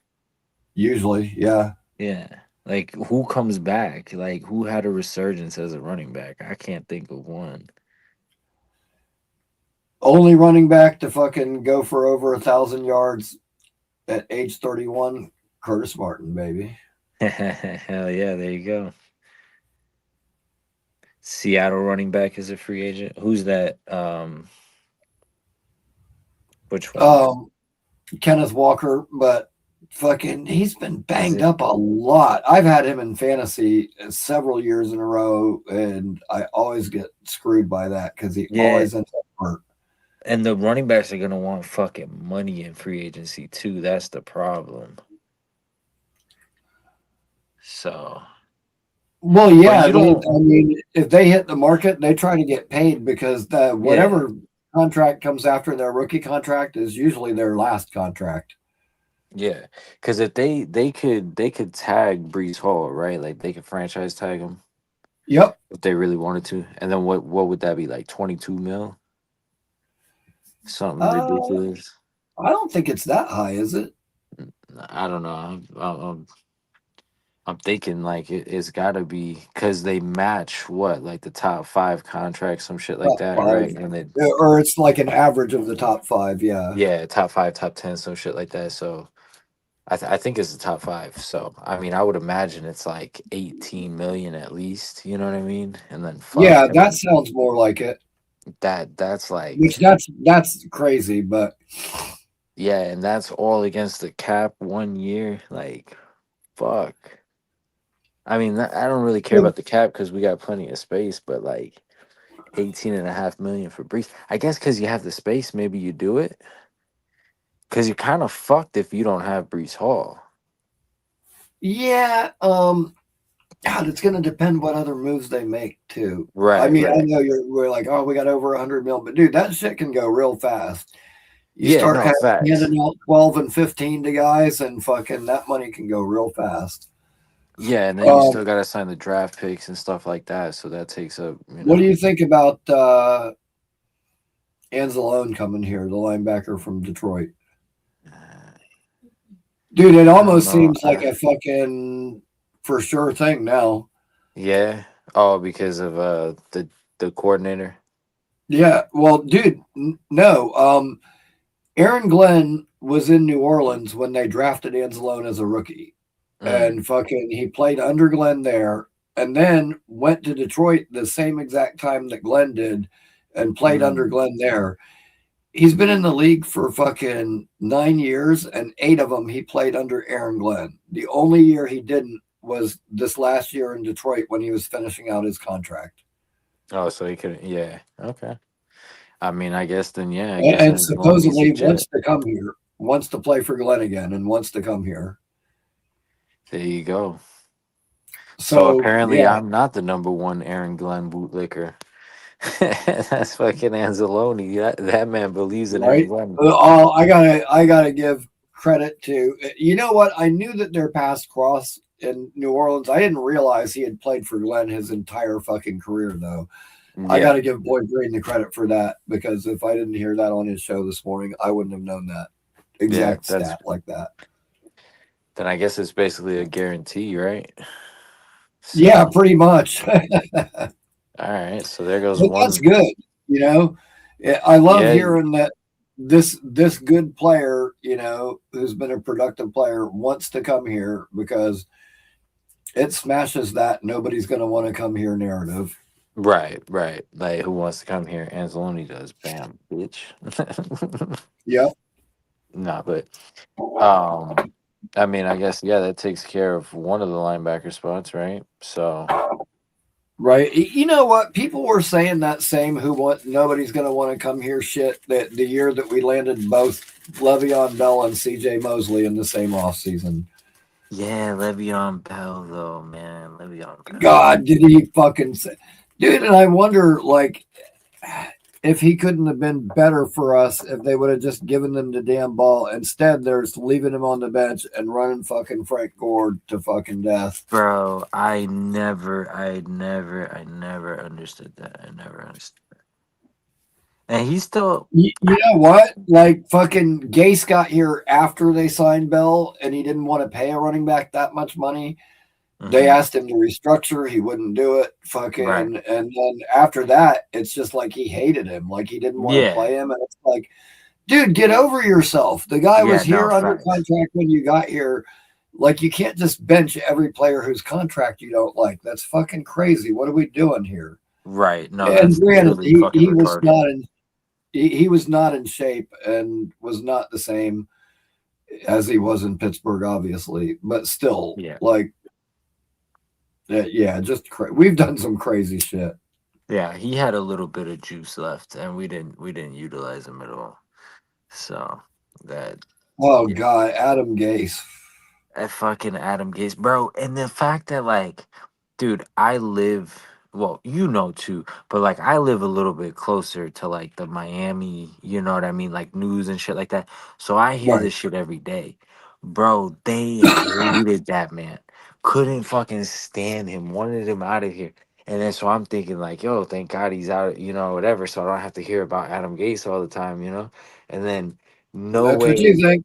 does he go straight from the Dolphins. Like you saw this man, you played him twice a year. You saw what an abomination he was.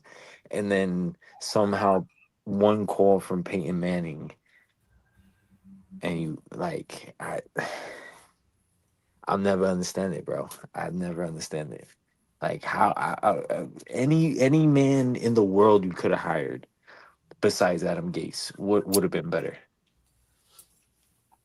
Never makes Well, sense. that, And of course, that's the one time we hire an offensive coach. that's the one thing about having Woody for an owner is But he didn't even make that. he's a reactive owner. He does listen to the outside noise, and at times it can influence his decision. But he didn't even make that pick, right? That was his brother, because he was with Trump. Oh yeah, yeah, that's right. That technically was a Chris Johnson thing. Yeah, that was a Chris Johnson thing. So that's why I don't even think, bro. When you look at Woody, right? He had fuck, who was the back when the very first coach he had, Herm Edwards, right? Listen, Didn't I don't want to hear any more about the Mike McCarthy shit. The Mike he? McCarthy hiring in Pittsburgh is nothing but a desperate ploy for them to try to get Aaron Rodgers to come back for one more fucking year. Well, to be fair, he's saying back when that they should have hired McCarthy that year instead of Adam Gase. Right. Yeah. Oh, dude. Yeah. So I guess that would have been the year that the Cowboys got him. And I mean, he did all right.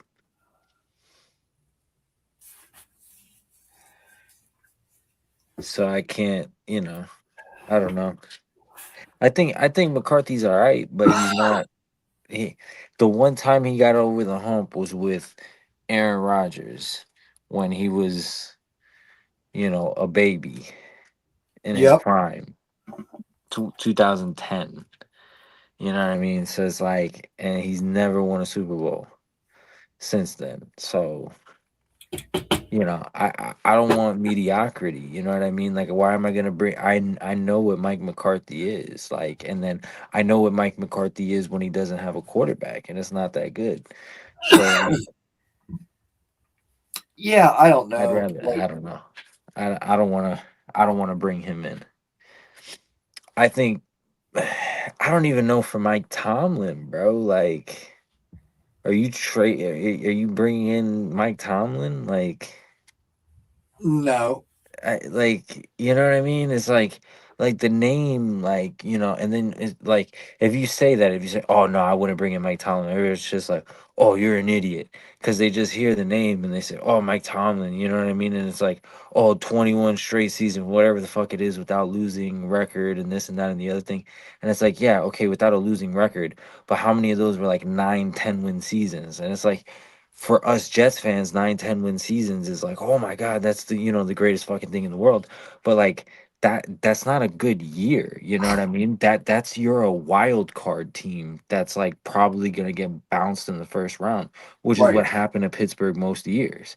You know what I Yep. mean? So it's like, yeah, he was making the play. Like, I'm not like, he's obviously not a shit head coach. Like, you know what I mean? But it's like it's not like he had 6 Super Bowls. It's not like he got to 9 Super Bowl. You know what I mean? It's not like he was there every single year. You know what I mean? It was like Yeah. a lot of Well, I those. mean, Mhm. and it's true that we haven't been to the playoffs in like 15 years, but double that. Let's go back 30 years. In the last 30 years, the Jets have won more playoff games than the Bills and Dolphins combined.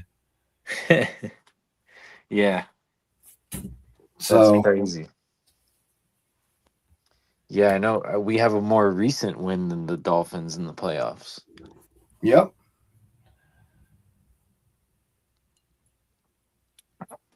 We could have said that about the Bills, but they actually won some in the playoffs this year. Yeah, yeah, yeah. Bastards. Well, Josh Allen fucking cried. Yeah, that was not a good look, man. Like you It got really wasn't. you got to get your shit together when you're on stage like that, bro. You can't be you can't be crying like that in front of everybody.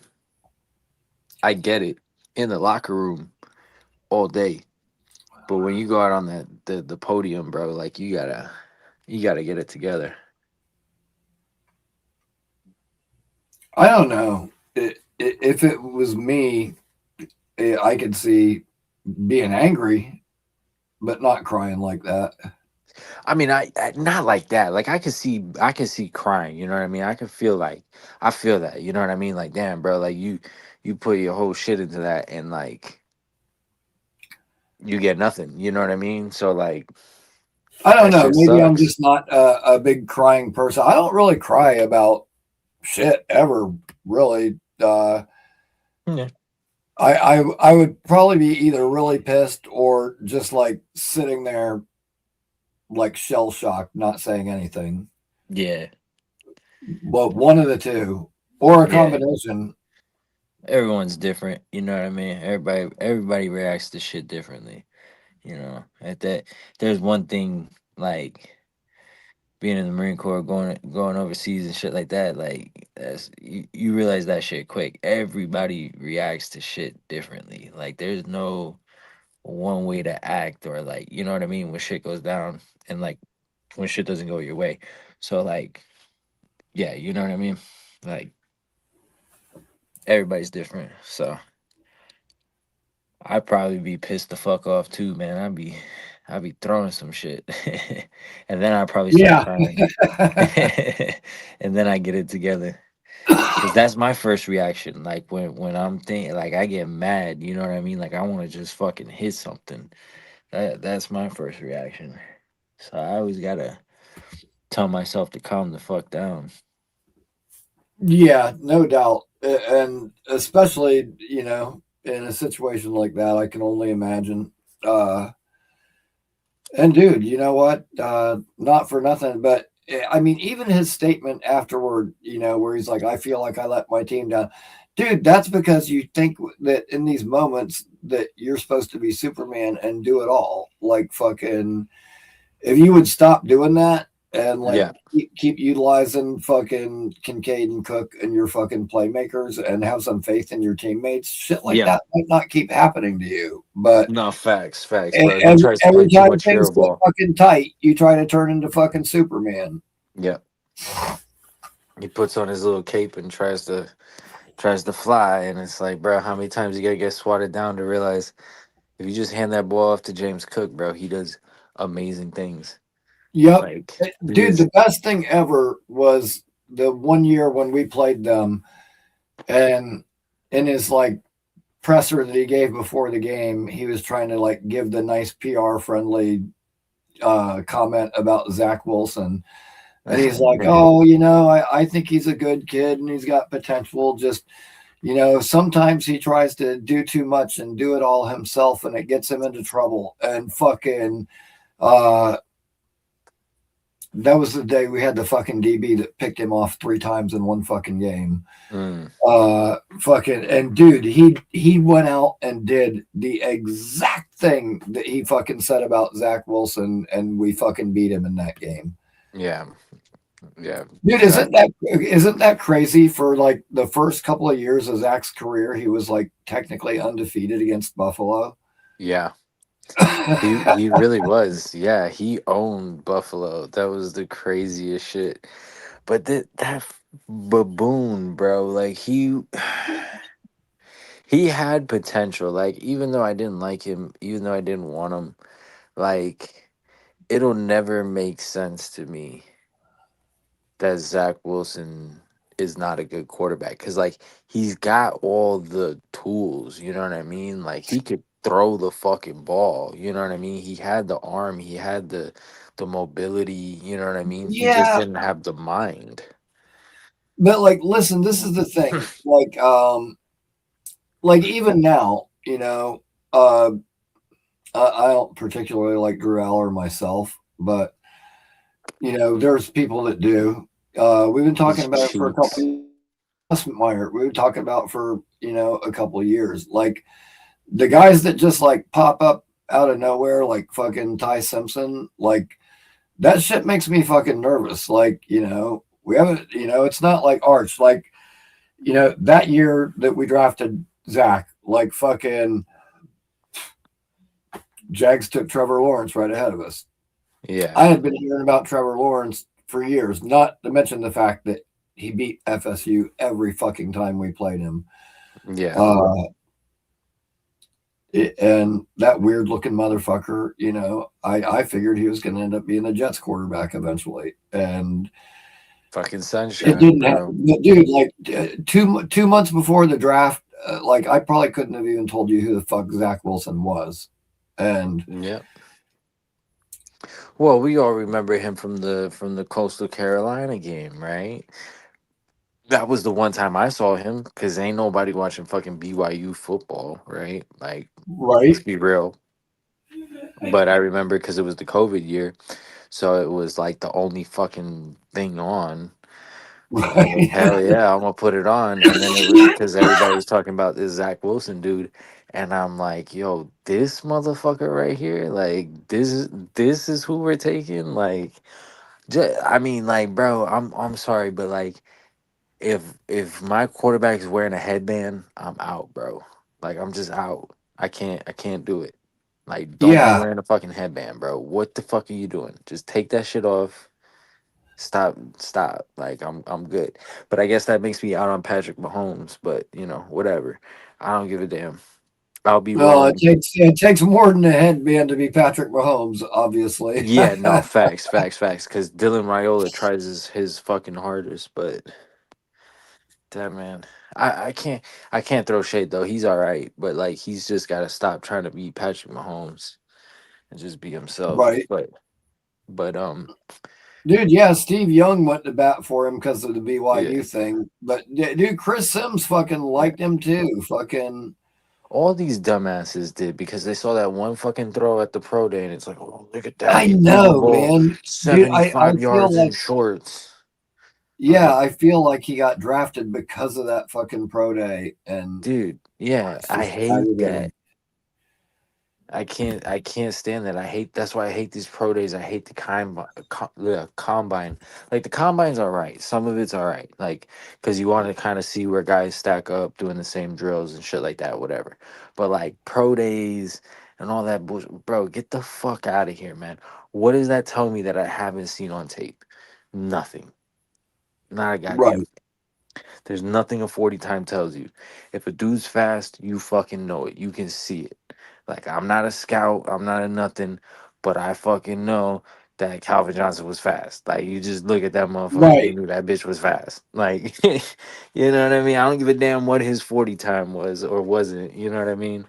So, and that's Devin Hester. Like, Devin Hester didn't have the fastest 40 time, but that motherfucker blew by everybody. You know what I mean? Nobody could tackle him in the open field. So, like, I don't know. I think it's all bullshit. Yeah, I don't put nearly as much stock into the combine. Like, I Nah. mean, I watch it just because I'm curious, but Yeah.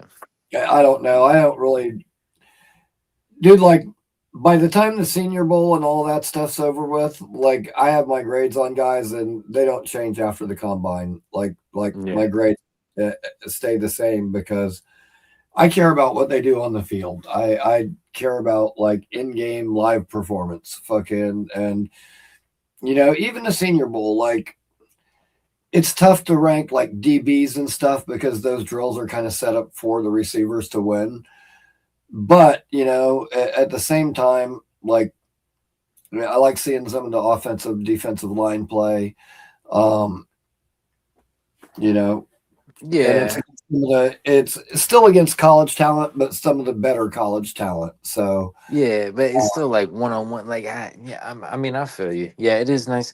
Like I said, like, it is kind of nice to see them go. You know what I mean, against each other. But like we've already seen it for the most part. You know what I mean? well, you know Like, what? It gives some of the smaller school guys that are good chances to go against the big name guys. So yeah, that part of it's nice, like I can't remember what show I was on, but they had like a draft expert guy on, and I was like, what about interior offensive linemen, like in particular, like centers, and I remember the guy saying like, well, there was Connor Lew, but he was hurt, and like aside from that, there's not really, any centers that to speak of or anything, and I'm thinking, well, I can think of at least a couple that are going to be in there. Pat Coogan, that Mendoza center is going to be in this draft. The kid from Florida State is going to be in this draft. You got Jake Slaughter from Florida is going to be in this draft. You got Brockemeyer from Miami too, and then you Yeah, got dude from Iowa. I forget his name. Yeah, which he's a little bit older. Yeah. So that's why I hadn't really thought about him for us. But the one dude that I was thinking of is Sam Hatch from Kansas. And dude, he had a really good fucking Senior Bowl. And Trevor and Connor were like raving about him. And they were like, dude, he was one of the only people there that fucking handled Lee Hunter. Like fucking, they had one fucking rep where like, he got his hands inside and he wasn't holding them necessarily, but he just, he locked on, he was blocking him. And when he saw that the bull rush wasn't going to work, he kind of, Hunter tried to kind of stack and shed him and get off. And he was like, and dude, his feet were so fast. And the way that he had his feet and his hips in fucking sync and had his lower body fucking anchored, like Hunter just couldn't get off the fucking block. And we didn't see anybody do that to him all weekend. But this guy did. And I was like, okay, you know what? Fucking dude, at 200 and something overall, I think was his ranking prior to that. I bet it probably climbed up a little bit since then. Yeah. But dude, even if he's like 190 through 210 overall fucking rank, dude, it gets to be like the 5th, 6th round, I'll fucking draft a center right there. And I guarantee you he ain't going to be no worse than Myers that we got now. No, can't be. So fucking take a swing at a guy like that and say the 5th round and then bring him in, let him and fucking Myers compete. And if he's better, give him the job. Fuck it. So... Yeah, no. What are you doing at guard though? Because AVT, like, are you re-signing him? I probably wouldn't, right? No, I definitely wouldn't. The injuries are too much, and he's not getting any younger. And I mean, even on a fucking prove it deal, fucking. Chances are you're going to be paying him to fucking sit in the fucking tub somewhere or something. Like, nah, I'm good. I would probably try to bring Simpson back on a reasonable deal. And then, if you can draft a guy, depth, developmental, whatever, a little bit later.